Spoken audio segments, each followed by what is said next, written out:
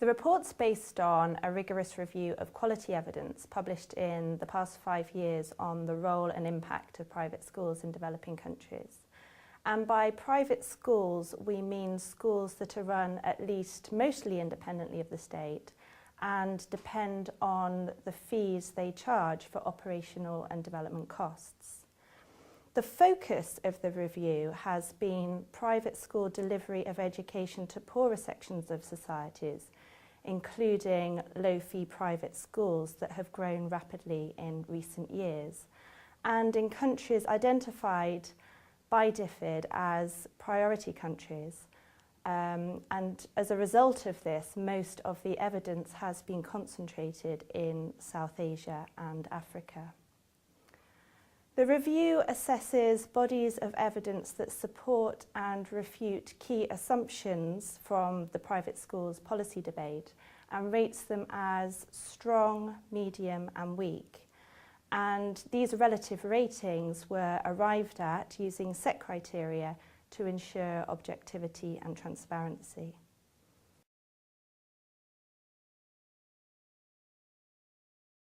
The strongest evidence indicates that teaching is better in private schools when compared with government schools, especially in terms of higher levels of teacher presence and teaching activity.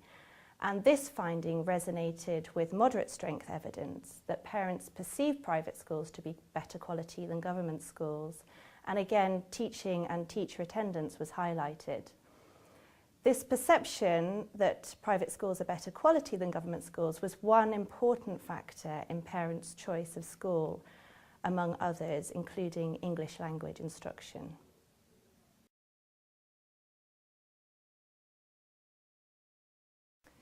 There was also moderate strength evidence that the cost of education delivery is lower in private schools than government schools. But this finding raises concerns because this is often due to the lower salaries of private school teachers. Private school teachers also tend to have fewer formal qualifications and weaker job security compared with government school teachers. And this may also partly explain the findings on better teaching and parental perceptions of better quality in private schools than government schools, where it might be suggested that poorly paid, lesser qualified private school teachers exert more effort due to weaker job security. And this raises potential concerns about private school teachers' working conditions and needs further investigation.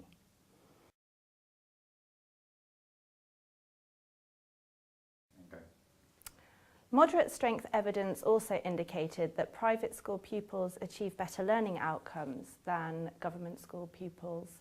But this finding is qualified by an ambiguity about the true size of the private school effect, especially as most studies did not account for differences in home background between students. These types of findings that compare private schools and government schools also need to be understood in the context that many children are not achieving basic competencies in developing countries, even in private schools. So better learning outcomes and better teaching may still not mean adequate learning outcomes in teaching.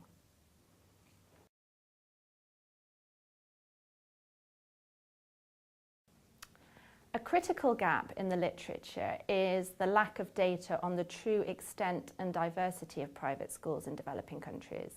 What we know about private schools is often based on limited knowledge of registered private schools, and the scale and coverage of unregistered private schools is less well documented, and these are likely to be a large proportion of providers.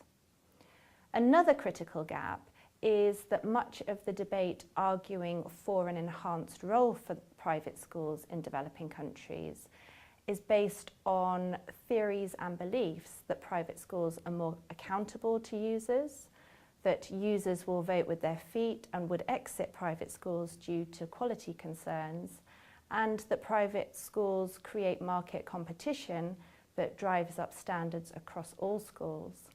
However, the review found very little evidence to support these claims.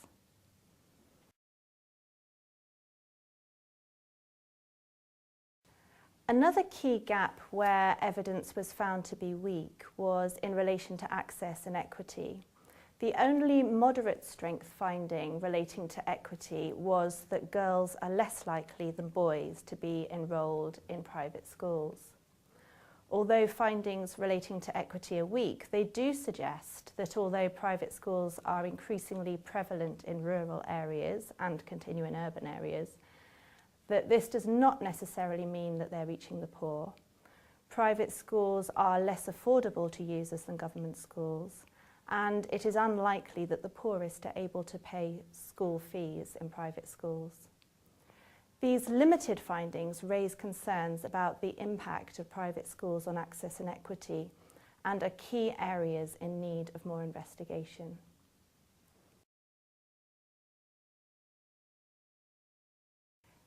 Most assumptions at the heart of the private school policy debate are weakly evidenced, but the findings of the review do warrant policymakers' attention for two key reasons.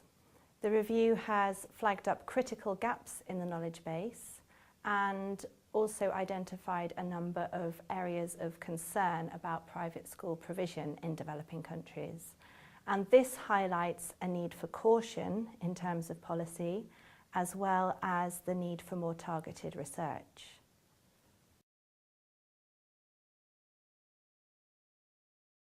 There's a need for more research where possible on unregistered private schools, international companies and chains of private schools, middle and secondary private schools, and developing countries beyond the South Asian and African contexts that were predominant in the review.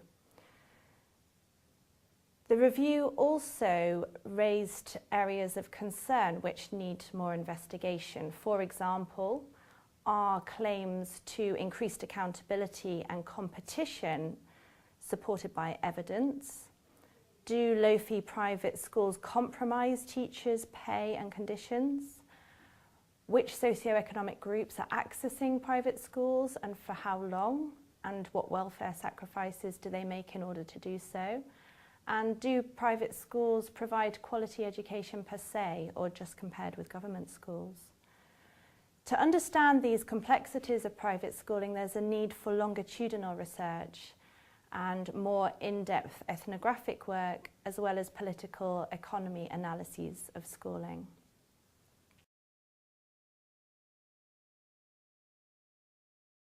Finally, research and development in this area also needs to focus on states and how they can be made more effective in providing quality education for all, as even private schools need effective states.